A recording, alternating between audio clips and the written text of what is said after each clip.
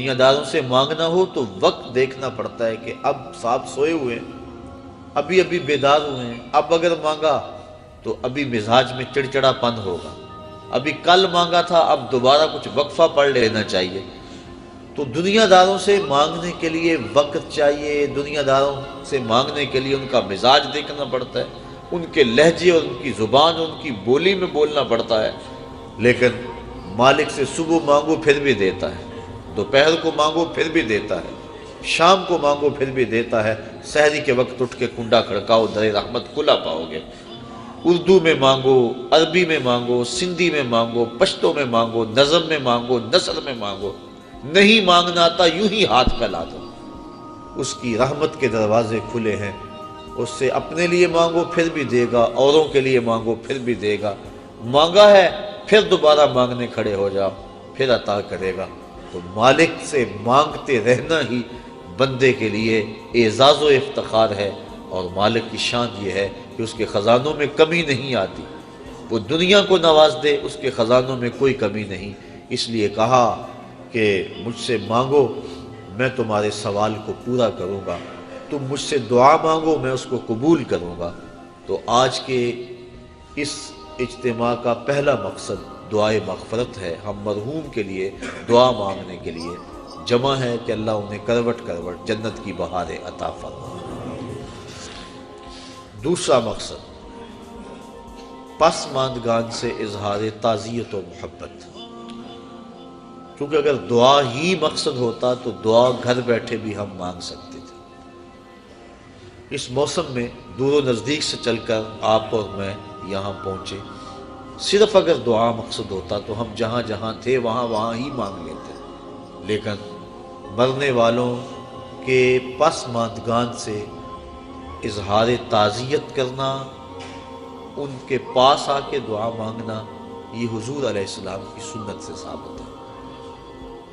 اللہ کے محبوب صلی اللہ علیہ وآلہ وسلم تشریف فرما تھے کہ ایک صحابی جن کا نام تھا معاذ ابن مالک رضی اللہ تعالی عنہ، وہ حاضر ہوئے اور عرض کی طہرنی یا رسول اللہ صلی اللہ علیہ وسلم، حضور مجھے پاک کر دیجیے۔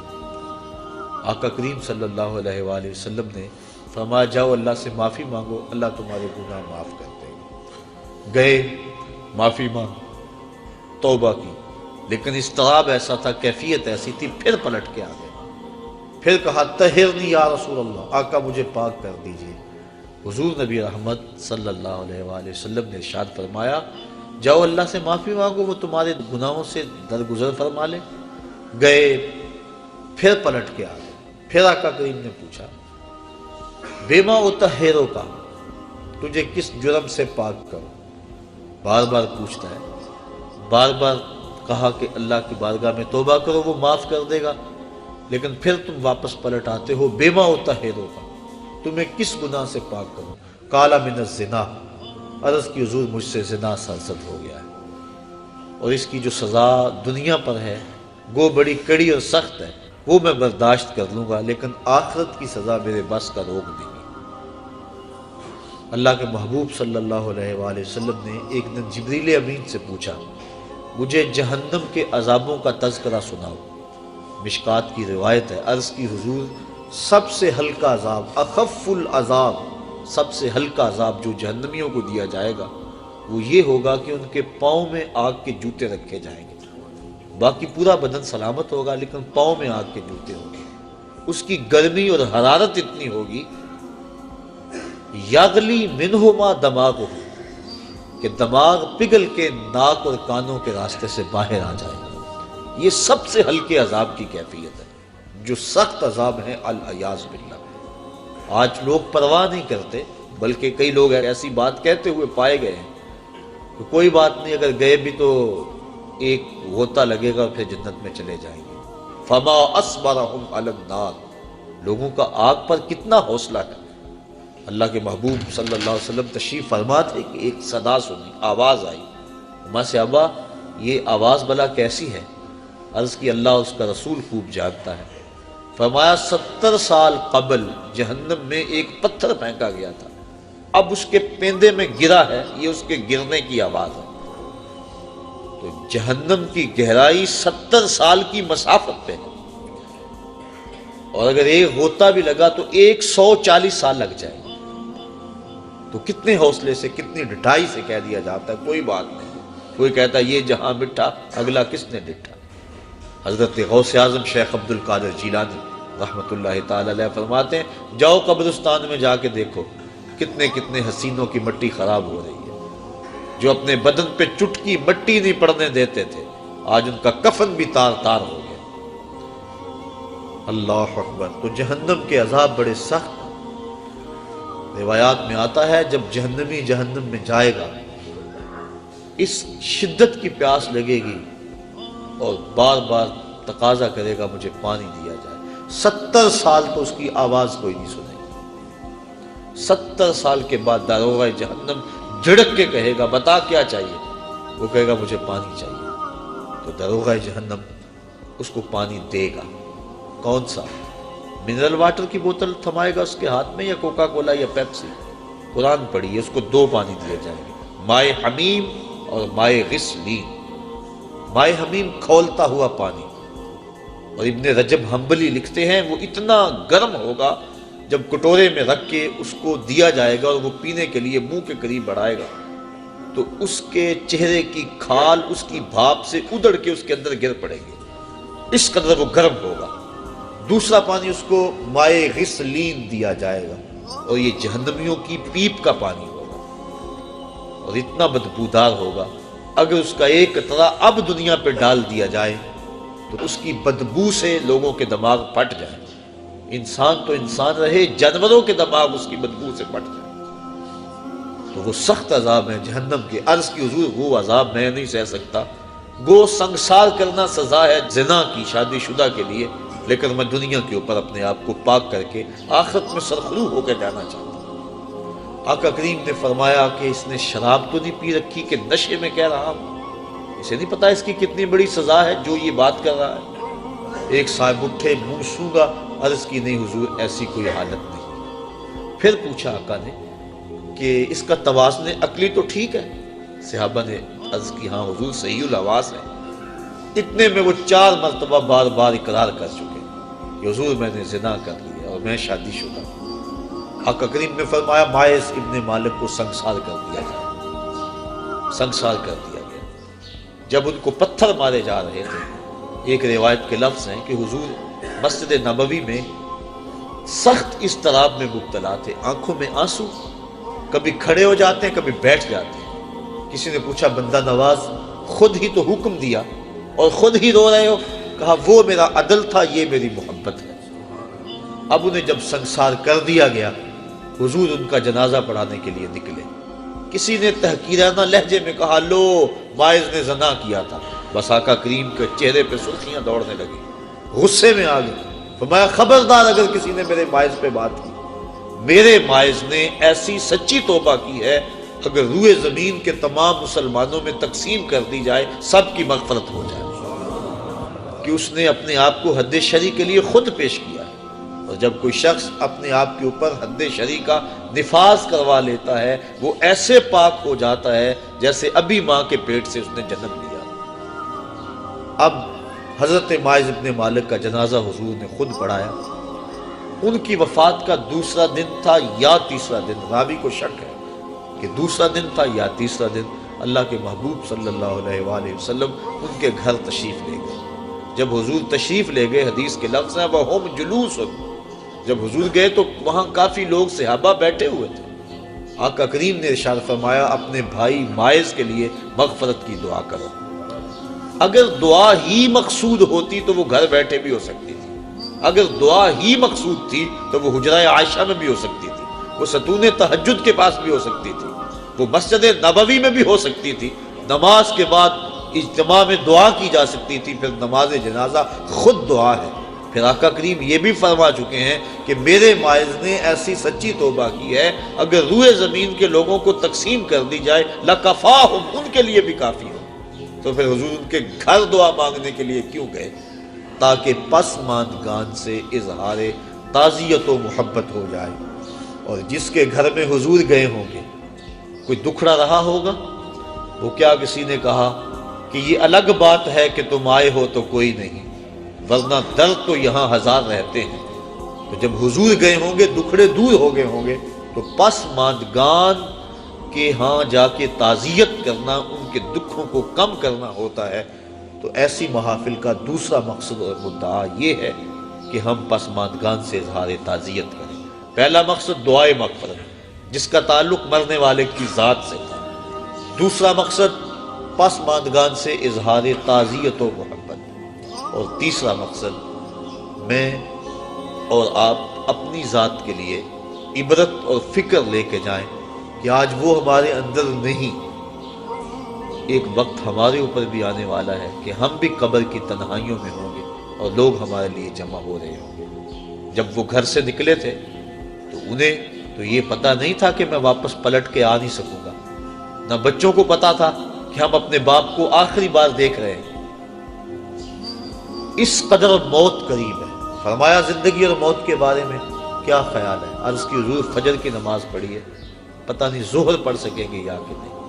کہا میری صحبت میں رہتے اور اتنی لمبی امید؟ عرض کی حضور ظہر پڑھی ہے، پتہ نہیں عصر پڑھنے کا موقع نصیب ہوگا یا کہ نہیں۔ ایک بولا عصر پڑھی ہے، پتہ نہیں مغرب پڑھ پائیں یا کہ نہیں۔ ایک نے عرض کی حضور ایک رکعت پڑھی ہے، پتہ نہیں دوسری رکعت کا موقع بھی نصیب ہوگا یا کہ نہیں۔ فرمایا یہ سب کچھ تمہاری باتیں ہیں، میں تو یوں کہتا ہوں ایک طرف سلام پھیرا ہے، پتہ نہیں دوسری طرف سلام بھی پھیر سکیں گے یا کہ نہیں۔ اس قدر موت قریب ہے، اور جب ہمیں اس بات کا یقین و اذعان ہے کہ موت اتنی قریب ہے، اور موت کا انکار بھی کوئی نہیں کرتا۔ لوگوں نے خدا کا انکار کر دیا، لیکن آج تک کسی فرقے نے، کسی گروہ نے، کسی جتھے نے آج تک موت کا انکار نہیں کیا۔ ہر شے میں اختلاف پایا جاتا ہے۔ موت ایک ایسی چیز ہے جس میں کسی فرقے کا، کسی گروہ کا، مذہب کا اختلاف نہیں۔ تو موت ایک اٹل حقیقت ہے جس سے رستگاری کسی کو نہیں۔ اس کا وقت بھی نہیں بتایا گیا کہ کس وقت پیغام اجل آ جائے۔ تو قبل اس سے کہ وہ وقت آئے، ہم نے اپنی زندگی کی راہیں ٹھیک کرنی ہے۔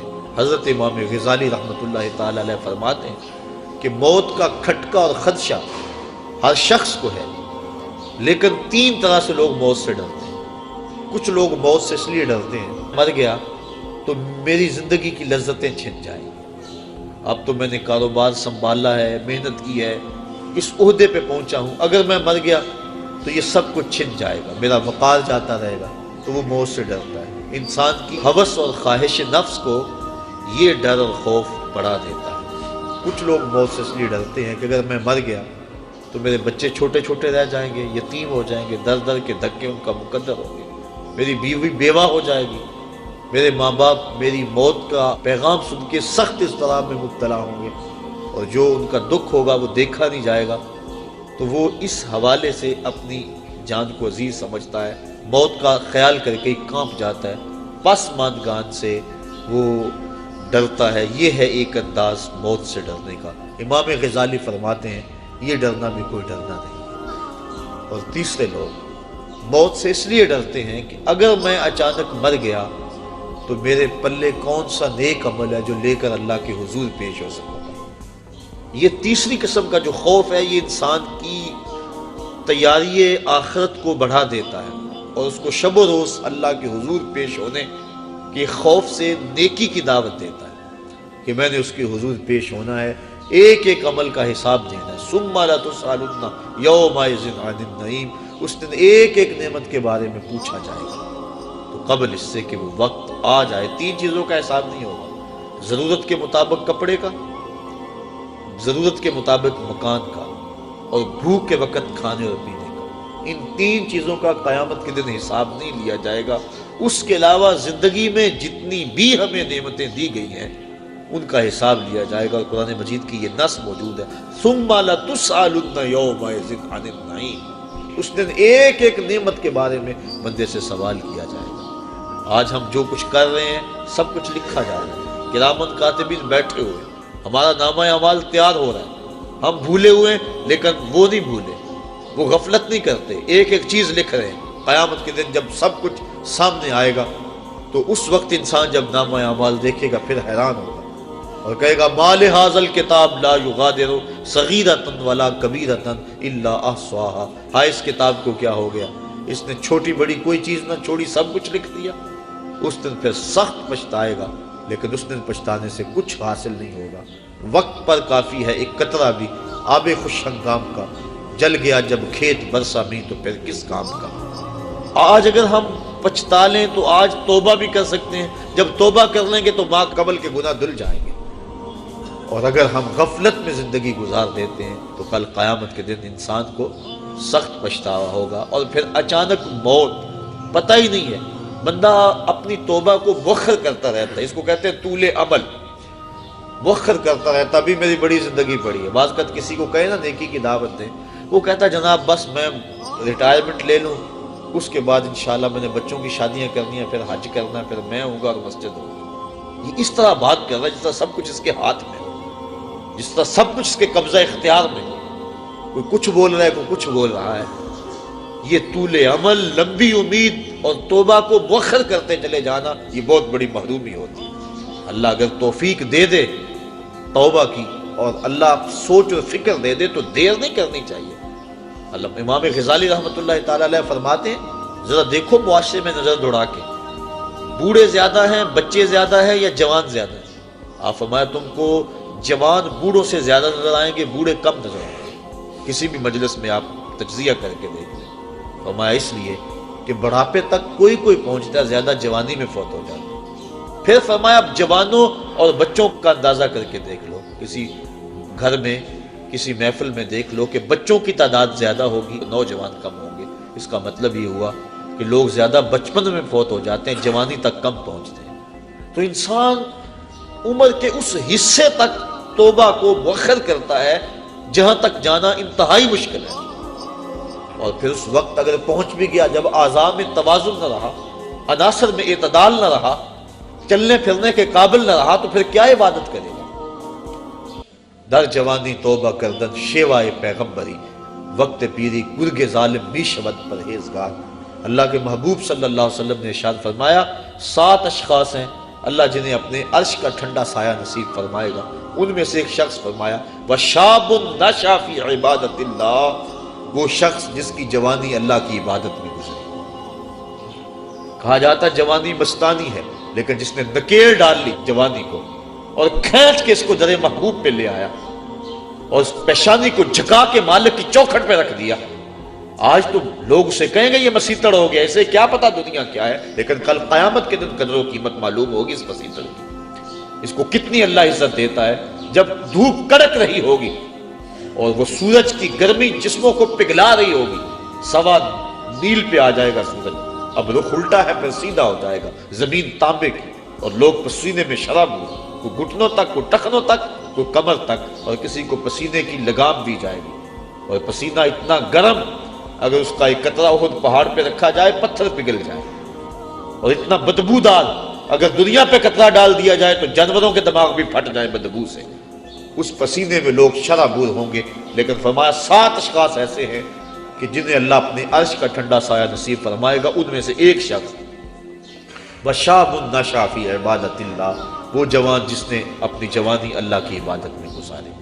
اور اللہ کے محبوب صلی اللہ علیہ وسلم نے ارشاد فرمایا میں اللہ کا حبیب ہوں، اور جو جوان جوانی میں توبہ کرے وہ بھی اللہ کا حبیب ہے۔ کتنا بڑا اعزاز ہے، ہم کیوں غافل ہیں؟ کیا ہمیں مرنا یاد نہیں ہے؟ اپنی توبہ کو کیوں مؤخر کرتے ہیں؟ انسان کو یقین بھی ہو کہ میری زندگی اتنی ہے تو توبہ اس یقین کے ساتھ مؤخر کرے، تو اسے پھر بھی خیال کرنا چاہیے کہ اب جو میرے دل کی حالت ہے شاید پھر دوبارہ کبھی نہ ہو۔ اب جو دل کی کیفیت بنی ہے، عمر اگر ہو بھی تو دوبارہ یہ کیفیت ہی نہ بنے، غلاف ایسے چڑھ جائیں، غفلت اتنی طاری ہو جائے کہ دوبارہ اس سمت میں آؤں ہی نہ۔ بنی اسرائیل میں ایک شخص تھا، اس کو بذریعہ وحی خبر دی گئی کہ اس کی عمر 1000 سال ہے، وہ بڑا متقی اور پرہیزگار تھا۔ اس نے کہا میری اتنی لمبی عمر ہے اور توبہ کا دروازہ آخری سانس تک کھلا ہوا ہے، تو میں کیوں اپنے آپ کو عبادت کی بھٹی میں جلاؤں؟ اس نے کہا کہ میں 900 سال گناہ کر لیتا ہوں، 100 سال قبل توبہ کر لوں۔ پھر اس نے ایسا ہی کیا۔ علماء لکھتے ہیں کہ وہ 900 سال گناہ کرتا رہا، جب 100 سال رہ گیا اور اس کو خیال آیا کہ میں نے 100 سال قبل توبہ کر دی ہے، چونکہ دل اس کا سیاہ ہو چکا تھا، گناہوں کی لت پڑ چکی تھی۔ اب اس نے کہا کہ 100 سال بھی کیا ضرورت ہے نیکی کی بھٹی میں جلنے کی، آتش نیکی میں اپنے آپ کو گالنے کی، میں 90 سال اور گناہ کر لیتا ہوں اور آخری 10 سال قبل توبہ کر لیتا ہوں۔ پھر 90 سال بھی بیت گئے۔ اس کے بعد پھر 90 سال کے بعد 10 سال آئے، توبہ کا خیال آیا، پھر کہا 1 سال قبل کر لوں گا، تک 1 مہینہ، 1 ہفتہ، علامہ رومی کہتے ہیں 1 دن باقی رہ گیا، اور اب وہ کہتا تھا میں یہ کر لوں وہ کر لوں، فلاں چیز رہ گئی ہے، حتیٰ کہ اس کی روح دبوچ لی گئی، اس کو توبہ کی توفیق نہ ہو سکی۔ تو انسان کا اگر دل راغب ہو جائے اچھائی کی طرف، نیکی کی طرف، اس کو توبہ کرتے ہوئے دیر نہیں کرنی چاہیے، اگر یقین بھی ہو کہ میری زندگی اتنی ہے۔ لیکن ہمیں تو اپنی زندگی پر بھروسہ ہی نہیں ہے۔ آج کل موتیں اچانک آ رہی ہیں۔ حضور نبی رحمت صلی اللہ علیہ وسلم نے اچانک موت سے پناہ مانگی، اللہم انی اعوذ بک من الموت الفجاۃ، اے اللہ اچانک موت سے تیری پناہ مانگتا ہوں۔ حضرت یعقوب علیہ السلام وعدہ لیا ہوا تھا حضرت اسرائیل علیہ السلام سے کہ میری روح قبض کرنے کے لیے اچانک نہیں آنا، پہلے کوئی قاصد یا کوئی پیغام بھیج دینا تاکہ میں موت کی تیاری کروں۔ ایسا ہی ہوا۔ حضرت اسرائیل علیہ السلام ایک دن حاضر ہوئے، پوچھا کہاں آئے ہو، کدھر آئے ہو؟ کہا میں قبض روح کے لیے آیا ہوں۔ کہا تم نے تو وعدہ کیا تھا کہ پہلے کوئی قاصد یا پیغام بھیجوں گا، تم نے نہ کوئی قاصد بھیجا نہ پیغام بھیجا۔ کہا حضرت آپ کے سامنے کتنے لوگوں کی موت واقع ہوئی ہے، یہ میرا قاصد نہیں تھا تو اور کیا تھا۔ آپ کی داڑھی میں سفید بال آ گئے، یہ میرا قاصد نہیں تھا تو اور کیا تھا۔ آپ کی آنکھوں میں سفیدی اتر آئی ہے، یہ میرا قاصد نہیں تھا تو اور کیا تھا۔ تو لوگوں کی موت ہمارے لیے سامان عبرت ہے، یہ ہمارے لیے پیغام ہے موت۔ داڑھی میں سفید بال آنے لگے تو سمجھ لو موت کا قاصد آ گیا۔ حضرت عمر فاروق رضی اللہ تعالیٰ عنہ صبح و شام دوپہر ایک ملازم آ کے آپ کو کہتا ہے اے عمر موت کو نہیں بھولنا، کپ کپا کے رہ جاتے، اپنا محاسبہ کرتے، توبہ کرتے۔ 2-3 مرتبہ دن میں وہ حاضر ہوتا۔ ایک دن وہ آیا، آپ نے اس کو مشاہدہ دیا، کہا میاں آج کے بعد نہیں آنا۔ حضرت مجھ سے کوئی گستاخی ہوگی؟ کہا نہیں۔ تو پھر کیا ماجرا ہے، مجھے چھٹی کیوں کروائی جا رہی ہے؟ تو حضرت عمر فاروق نے داڑھی پہ ہاتھ رکھا، ایک بال الگ کیا، وہ بال سفید ہو چکا تھا۔ کہا میاں اب تیرے آنے کی ضرورت نہیں ہے، یہ بال ہی مجھے چین سے نہیں بیٹھنے دے گا، ہماری تو پوری داڑھی سفید ہو جائے۔ میاں محمد بخش عارف کھڑی رومی کشمیر نے کیا خوب کہا تھا، ہڈیاں کمبن گوڈے کھڑکن تے اڑ گیا لک تیرا، اجے بھی بدیوں باز نہ آئیں جیو مدد دلیرا، یا ایھا الانسان ما غرک بربک الکریم، اے انسان تجھے کریم رب سے کس نے غافل کر دیا ہے؟ الذی خلقک فسواک فعدلک فی ای صورت ما شاء رکبک، جس رب نے تجھے پیدا کیا، تیرے اعضاء کو توازن دیا، تجھے حسن دیا، تجھے جوانی بخشی، تجھے گوناگون نعمتوں سے نوازا، تجھے کا سلیقہ دیا، تجھے چلنے کا طریقہ دیا، تجھے حواس خمسہ سے نوازا، تجھے بہتریاں اور بھلائیاں نصیب کی، اور اس مالک کا در چھوڑ کر تو کہاں بھاگ رہا ہے؟ ما غرک بربک الکریم، بتا وہ کون سی چیز ہے جس نے تجھے رب سے مغرور کر دیا ہے؟ دولت وہ 4 دن کی کہانی ہے، حسن ڈھل جانے والا ہے، دولت ختم ہو جانے والی ہے، جوانی وہ آج ہے کل نہیں ہوگی۔ تو کس چیز نے تجھے مغرور کر دیا؟ مالک کے حضور ہم نے اپنی محبتوں اور اپنی الفتوں کا خراج پیش کرنا ہے، اور اس کی عبادت سے، اس کے ذکر و فکر سے اپنے اندر کو تابیدگی دینی ہے۔ ایسا نہ ہو کہ ہماری زندگی ساری برباد ہو جائے اور پھر بعد میں ڈاڈا پچھتاوا ہو۔ یہ مرنے والے ہمارے لیے سامان عبرت ہے۔ اللہ تعالیٰ جل شانہ اپنے محبوب صلی اللہ علیہ وسلم کے صدقے مرحوم کو کروٹ کروٹ جنت کی بہاریں نصیب فرمائے، اور ہمیں یہ سوچنے کی توفیق عطا فرمائے کہ آج وہ نہیں ہے کل ہم نہیں ہیں، آج وہ قبر کی تنہائیوں میں، ان کی جگہ ہم بھی تو ہو سکتے تھے۔ حضرت امام غزالی فرماتے ہیں اللہ نے مرنے والوں کے ذریعے سے جو پسماندگان ہیں ان پر احسان کیا۔ پوچھا گیا وہ احسان کیسے؟ وہ تو بیچارے دکھ میں مبتلا ہیں، جن کا بھائی بچھڑ گیا، جن کا بیٹا بچھڑ گیا، جن کا باپ بچھڑ گیا، وہ تو دکھ میں ہے۔ آپ کہتے ہیں احسان ہوا؟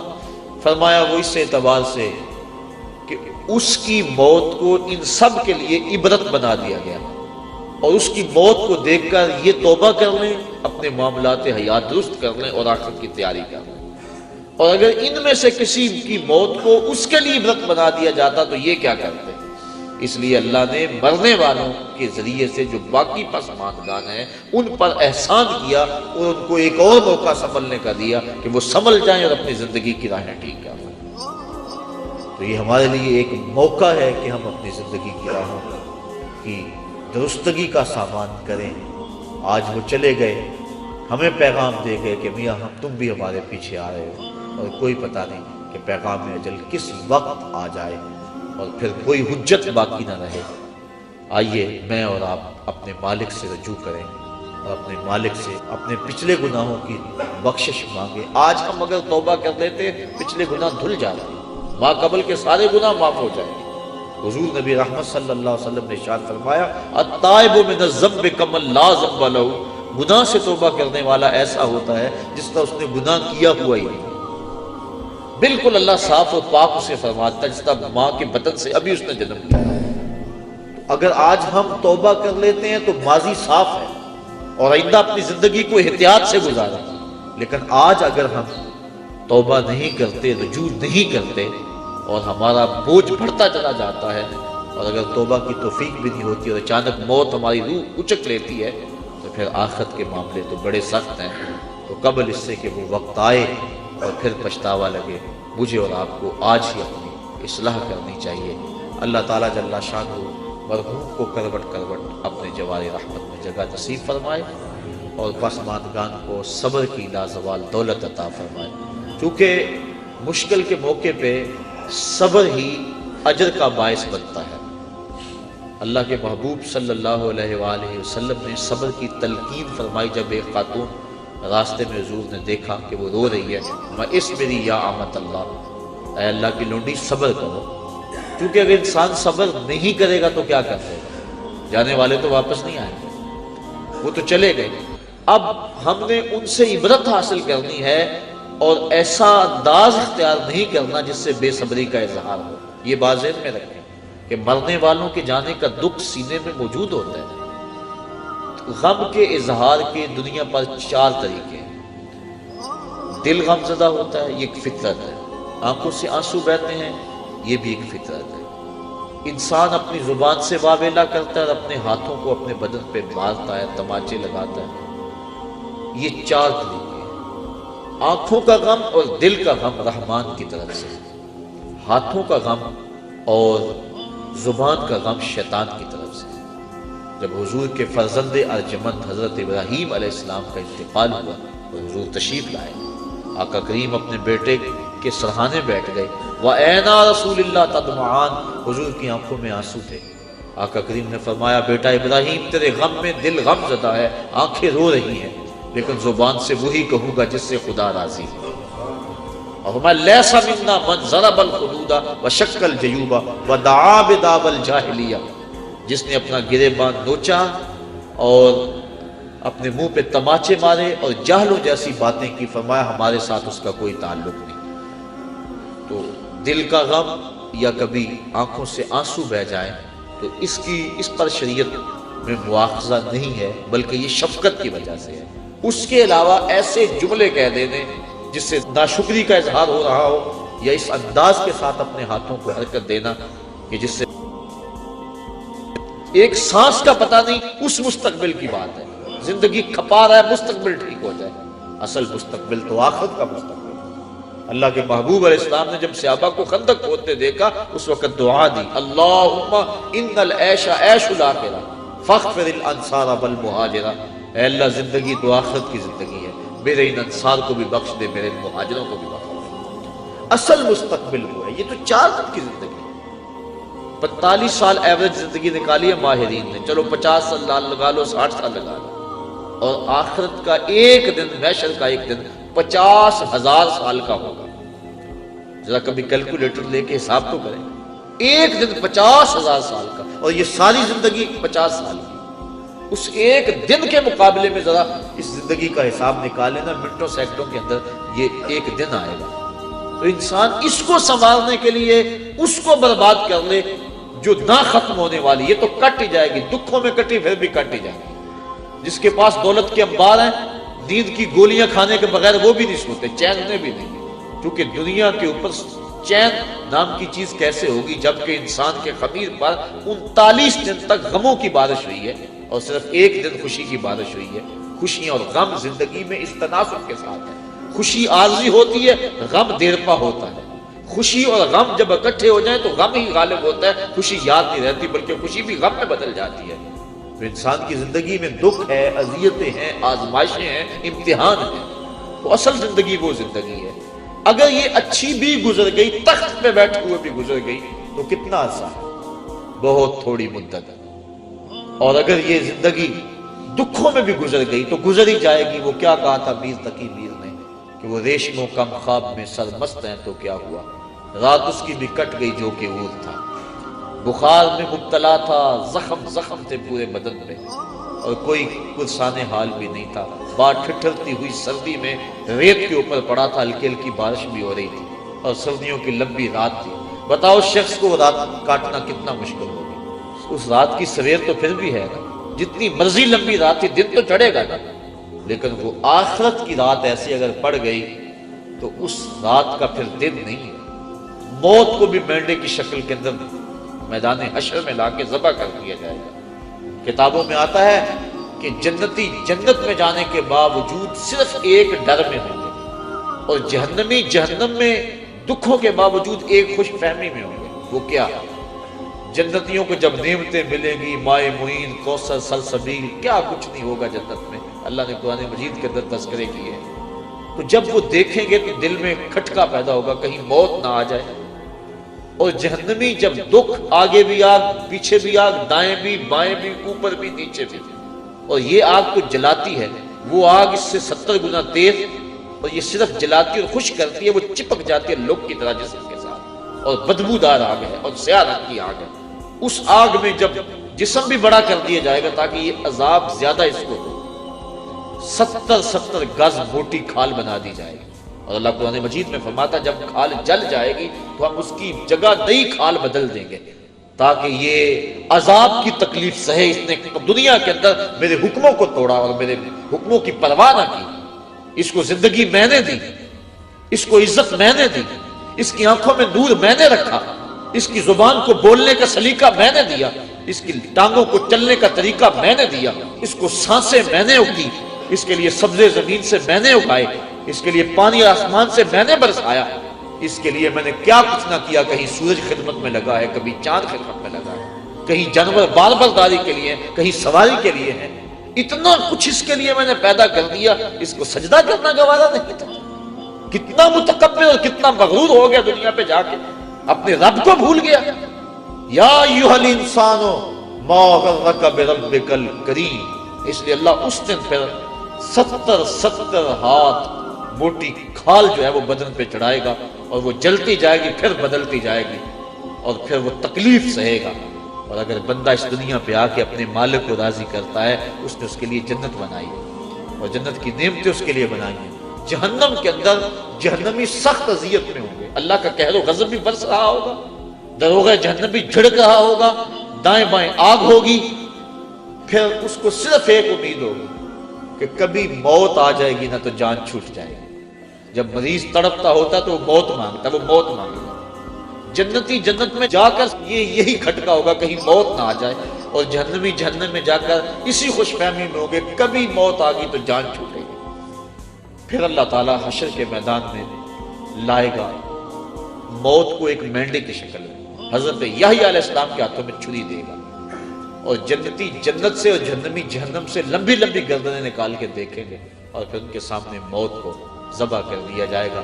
پھر جنتی ابدی طور پہ خوش ہو جائے گی اور جہنمیوں کی حسرت اور بڑھ جائے گی، اب تو موت کو بھی موت آ گئی، اب تو مریں گے بھی نہیں۔ تو وہ رات لمبی ہے، اگر پڑ گئی تو سخت اضطراب، اس لیے یہ تھوڑی سی زندگی دکھ میں بھی گزر گئی، سولی پہ چڑھ کے بھی گزر گئی، گزر ہی جائے گی، لیکن وہ زندگی ختم نہیں ہونے پائے گی۔ وہ ایسی شب ہے جس کا سویر کوئی نہیں، وہ ایسی شب ہے جس کی سحر کوئی نہیں۔ تو اگر اس زندگی کو برباد کر دیا اور اس کو سنوار دیا، پہلے تو یہ سنورنے کا یقین ہی نہیں ہے نا، چین ہے ہی نہیں، ہوگا بھی چین، تخت پہ بھی گزار دیا تو تو پھر آگے ایک ایک چیز کا حساب ہونا ہے۔ وہ بادشاہ پھولوں کی سیج پہ سویا کرتا تھا نا، اللہ اکبر، لونڈی روزانہ پھولوں کی سیج بچھاتی۔ ایک دن لونڈی کے دل میں آیا بادشاہ مدت سے پھولوں بھری سیج پہ سوتا ہے، پتہ نہیں کیا لذت ہے، میں بھی تو لیٹ کے دیکھوں کیا مزہ ہے۔ سیج تیار کی اور اس کے اوپر لیٹ گئی۔ ابھی لیٹی ہی تھی، سارے دن کی تھکی تھی بیچاری، نیند آ گئی۔ جب نیند آئی بادشاہ وقت پہ کمرے میں داخل ہوا، دیکھا میری سیج پہ لونڈی سوئی ہوئی، غصے سے لال پیلا ہو گیا۔ ایک لونڈی کو یہ جرأت کہ بادشاہ کی سیج پہ سوئے۔ اس نے جلاد کو بلایا کہ اس کو یہیں سے پکڑو، الٹا لٹکا دو اور اتنے کوڑے مارو کہ اس کی روح نکل جائے، تاکہ لوگوں کو یہ عبرت ہو جائے کہ بادشاہوں کی سیج کتنی مقدس ہوا کرتی ہے، باقی ملازمین بھی جان لیں۔ لونڈی کو پکڑا گیا اور الٹا لٹکا کے جلاد کوڑے برسا رہا ہے۔ وہ چیختی ہے، چلاتی ہے، روتی ہے۔ اچانک اس نے روتے روتے ہنسنا شروع کر دیا۔ بادشاہ نے کہا جلاد کو رک جاؤ، اسے پوچھو کیوں روتی ہے، اسے یہ بھی پوچھو ہنستی کیوں ہے۔ جلاد نے پوچھا لونڈی بتا تو کیوں روتی ہے، اور یہ بھی بتا تو ہنستی کیوں ہے۔ اس نے کہا روتی تو نہ اس لیے ہوں، جب کوڑا لگتا ہے میری جان نکلنے کو آتی ہے۔ تو کہا پھر ہنستی کیوں ہے؟ کہا میں یہ سوچ کے ہنستی ہوں کہ چند لمحوں کے لیے سیج پہ سوئی اور اتنی تکلیف پہنچ رہی ہے، جس کو عمر ہوگی سوتے ہوئے اس کا کیا بنے گا۔ آج ہم چاہتے تو یہ ہیں کہ مالک کو بھول جائیں اور زندگی کیش اپنا لیں، لیکن کل قیامت کے دن ایک ایک چیز کا حساب دینا ہوگا۔ حضرت امام جعفر صادق کہتے ہیں میرا تو ٹھنڈا پانی پینے کو دل نہیں کرتا کہ قیامت کے دن کبھی اس کے حساب میں جکڑا نہ جاؤ۔ تو بزرگوں نے کیسی کیسی احتیاطیں کی ہیں اور ہم کیسے غافل ہیں۔ تو صاحبو، یہ زندگی، یہ موت اللہ نے ہمارے لیے آزمائش بنائی۔ وہ دیکھنا چاہتا ہے کہ میرا کون سا بندہ کیسے عمل کرتا ہے۔ خلق الموت والحیات لیبلوکم ایکم احسن عملا، کون سا بندہ کیا عمل کرتا ہے۔ ہم نے اچھے عمل کر کے، اصل ہماری زندگی آخرت کی زندگی ہے جو نہ ختم ہونے والی ہے۔ دو گھر ہیں، دوزخ اور جنت۔ اللہ نے قرآن مجید کے اندر دونوں کے نقشے بیان کر دیے، ہمیں راہیں دے دی، ہمارے اعضاء کو دونوں راستوں میں چلنے کی سکت دے دی، اور پھر اختیار دے دیا چاہے ادھر چلو چاہے ادھر چلو۔ اب ہم نے سیدھی راہوں پہ سفر کر کے اپنے مالک کی رضا حاصل کرنی ہے۔ اللہ تعالیٰ جل شانہ برادرم عبدالرشید صاحب مرحوم کو کروٹ کروٹ جنت کی بہاریں عطا فرمائے، ہم سب کو مرنے والوں سے عبرت حاصل کرنے کی توفیق عطا فرمائے، اور پسماندگان کو صبر جمیل اجر عظیم عطا کرے۔ وآخر دعوانا ان الحمدللہ رب العالمین۔